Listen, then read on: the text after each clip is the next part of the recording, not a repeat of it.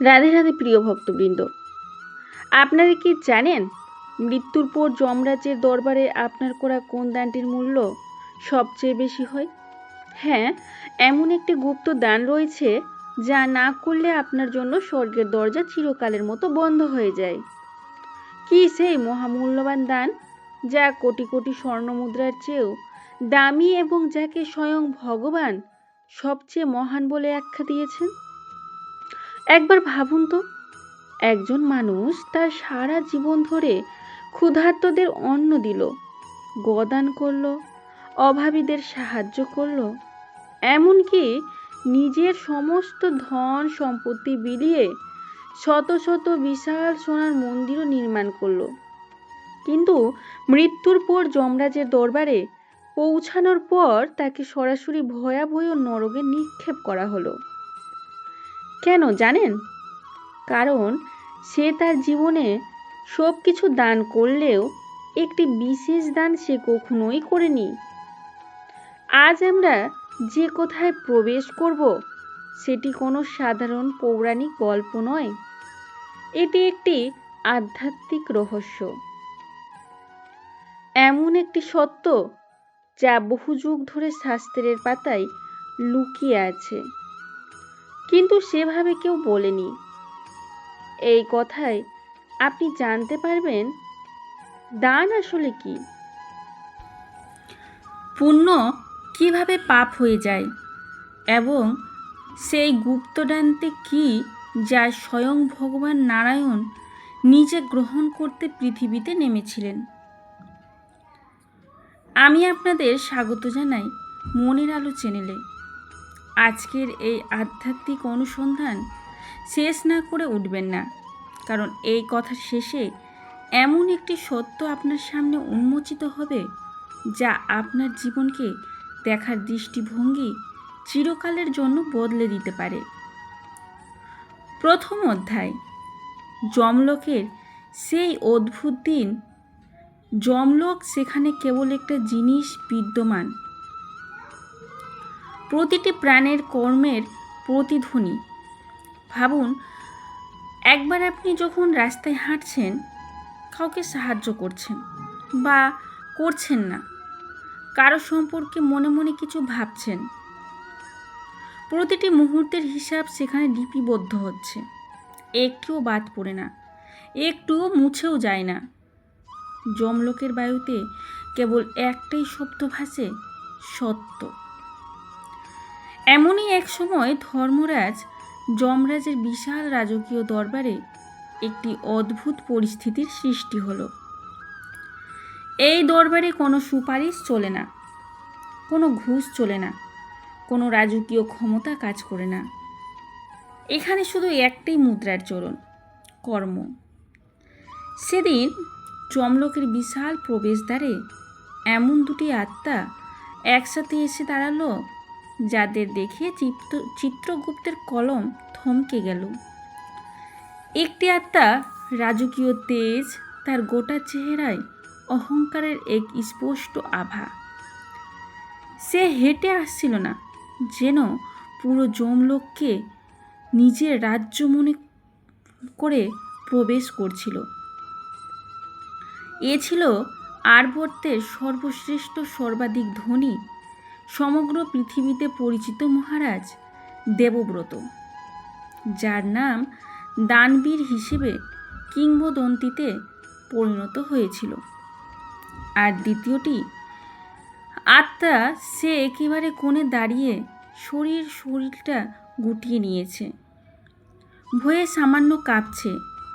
এই ছিল একজন অজানা গ্রামের একজন দরিদ্র নিঃস্ব সাধারণ মানুষ, নাম মাধব। দরবারে একটা ভারী নিস্তব্ধতা নামল। তখনই চিত্রগুপ্ত তার সেই অলৌকিক কর্মগ্রন্থের পাতা উল্টাতে শুরু করলেন। পাতা উল্টাতে উল্টাতে তার মুখ ক্রমশ গম্ভীর হতে লাগলো। অবশেষে তিনি ধীরে মাথা তোলে যমরাজের দিকে তাকালেন।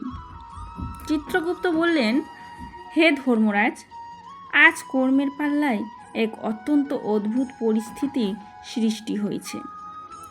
এই দুটি আত্মা পৃথিবী লোক থেকে ঠিক একই মুহূর্তে এসে পৌঁছেছে, কিন্তু এদের কর্মের হিসাব আমার মস্তিষ্ককে ও দ্বিধায় ফেলে দিচ্ছে। কোথায় নের কাটা ঝুঁকবে আমি কিছুই বুঝতে পারছি না। যমরাজ শুনলেন, তার স্থির দৃষ্টি দরবারের মাঝখানে স্থির হয়ে রইল। তিনি বললেন, হে চিত্রগুপ্ত, ধর্মের পাল্লায় কোনো পরিস্থিতি অদ্ভুত নয়। কর্মের গতি অত্যন্ত সূক্ষ্ম এবং নিখুঁত। মানুষ পৃথিবীতে যে বীজ বপন করে, এখানে সে সেই ফসলই কাটে। বিন্দুমাত্র সংকোচ না করে বলো, এই দুই প্রাণীর জীবনের সারমর্মটা কি? চিত্রগুপ্ত এক দীর্ঘশ্বাস নিলেন, তারপর শুরু করলেন, মহারাজ, আমার ডান দিকে যে আত্মাটি গর্বের সাথে দাঁড়িয়ে আছেন, তিনি হলেন মহারাজ দেবব্রত। পৃথিবীর সর্বাধিক সম্পদশালী এবং দানবীর রাজা হিসেবে ইনি সমগ্র আর্যাবর্তে পরিচিত। ইনি নিজের পুরো জীবনে দানের এক অসাধারণ ধারা বয়ে দিয়েছেন। একটু থামলেন চিত্রগুপ্ত, তারপর আবার বললেন, মহারাজ, এই রাজা 100-রও বেশি বিশাল মন্দির নির্মাণ করিয়েছেন নিজের ধন ভাণ্ডারটি ব্যয় করে। তার নিজের গোশালা থেকে 100,000 কামধেনু সমতুল্য গাভী দান করেছেন। প্রতি পূর্ণিমা রাতে নিজের রাজ্যের ব্রাহ্মণ এবং দরিদ্রদের মধ্যে স্বর্ণমুদ্রা বিতরণ করেছেন নিয়মিত। এছাড়াও দুর্ভিক্ষের সময় নিজের শস্য ভাণ্ডার খুলে দিয়েছেন। এই রাজার নাম দানবীর এবং ধর্মরক্ষক হিসেবে সমগ্র পৃথিবীতে প্রতিধ্বনিত হয়। যমরাজ শুনলেন, তার মুখে কোনো ভাব প্রকাশ পেল না। তিনি বললেন, আর এই দ্বিতীয় আত্মা, এই ভয়ে কাঁপতে থাকা মানুষটির পরিচয় কি? চিত্রগুপ্ত বললেন, এই হলো মাধব, অত্যন্ত দরিদ্র, অত্যন্ত অভাগা। এই মানুষটির জীবনে কখনো দুবেলা পেট ভরে খাওয়ার সুযোগ হয়নি। সে তার পুরো জীবন অন্যের ক্ষেতে মাটি খুঁড়ে কাটিয়েছে, কিন্তু তার মজুরিতে যা পেত তাতে মাত্র একবেলা পেট ভরত। কখনো কখনো শুধু জল খেয়েই সে দিনের পর দিন কাটিয়ে দিত। একটু থেমে চিত্রগুপ্ত বললেন, মহারাজ, এই মানুষটি তার গোটা জীবনে কখনো কাউকে একটি তামার পয়সাও দান করেনি, কারণ নিজের পেট ভরানোর জন্য তার কাছে কিছু ছিল না। শেষমেশ এক ভয়ঙ্কর অভিশপ্ত অরণ্যে ক্ষুধায় ও তৃষ্ণায় ছটফট করতে করতে তার মৃত্যুও হয়েছে। এই কথাগুলো শুনে রাজা দেবব্রতর আত্মা আরও স্ফীত হলো। তার বুকটা গর্বে চৌড়া হলো। সে মনে মনে ভাবল, এবার নিশ্চিত যমরাজ আমাকে সর্বোচ্চ সম্মানের স্বর্গের সেরা ভবনে পাঠাবেন। অপ্সরারা পুষ্প বর্ষণ করে স্বাগত জানাবে। আর মাধব, সে মাথা নিচু করে দাঁড়িয়ে রইল। সে জানত সে কোনো পুণ্য করেনি, সে নিজের শাস্তির প্রতীক্ষা করছিল। যমরাজ দুজনের দিকে সেই গভীর শান্ত দৃষ্টিতে তাকালেন, তারপর বললেন, এবার ন্যায়ের সময় এসেছে। পুরো দরবার স্তব্ধ হয়ে গেল। যমরাজ বললেন, চিত্রগুপ্ত, আমার আদেশ শোনো। এই মহান দানবীর রাজা দেবব্রতকে অবিলম্বে রৌরব নরকের সবচেয়ে ভয়ঙ্কর, সবচেয়ে জ্বলন্ত কুণ্ডে পাঠানো হোক, আর এই দরিদ্র মাধবকে পূর্ণ মর্যাদার সাথে স্বর্গের নন্দনকাননে নিয়ে যাওয়া হোক। এই কথা উচ্চারিত হওয়ার সাথে সাথে পুরো যমলোক যেন বজ্রপাত হলো। চিত্রগুপ্তের হাত থেকে গ্রন্থ পড়তে পড়তে বাঁচল। তার চোখ বিস্ফোরিত হলো এবং রাজা দেবব্রতের আত্মা, সে রাগে, অপমানে, অবিশ্বাসে রীতিমতো ফেটে পড়ল। সে মৃত্যুর দেবতার দরবারে দাঁড়িয়ে সেই কথা ভুলেই গিয়ে গলার সমস্ত শক্তি দিয়ে চিৎকার করে উঠল। দেবব্রত বলল, থামুন ধর্মরাজ, এটা কেমন বিচার? যমলোকের পাল্লায় কি মরচে ধরে গেছে? আমি আমার পুরো ধন ভাণ্ডার মানুষের মধ্যে বিলিয়ে দিয়েছি। আমার তৈরি মন্দিরে আজও দেবতাদের পুজো হয়। আমার দানের স্বর্ণে হাজার হাজার পরিবার বেঁচে আছে। দুর্ভিক্ষে আমি নিজের শস্য ভাণ্ডার খুলে দিয়েছিলাম। আমি সারা জীবন কেবল ধর্মের পথ বেছে নিয়েছি,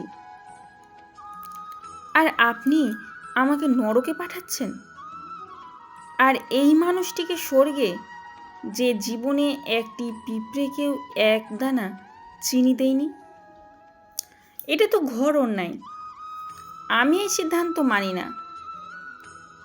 পুরো দরবারে আবার স্তব্ধতা। যমরাজ একটুও নড়লেন না, একটুও বিচলিত হলেন না।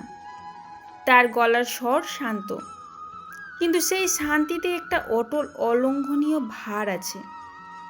তিনি বললেন, শান্ত হও দেবব্রত।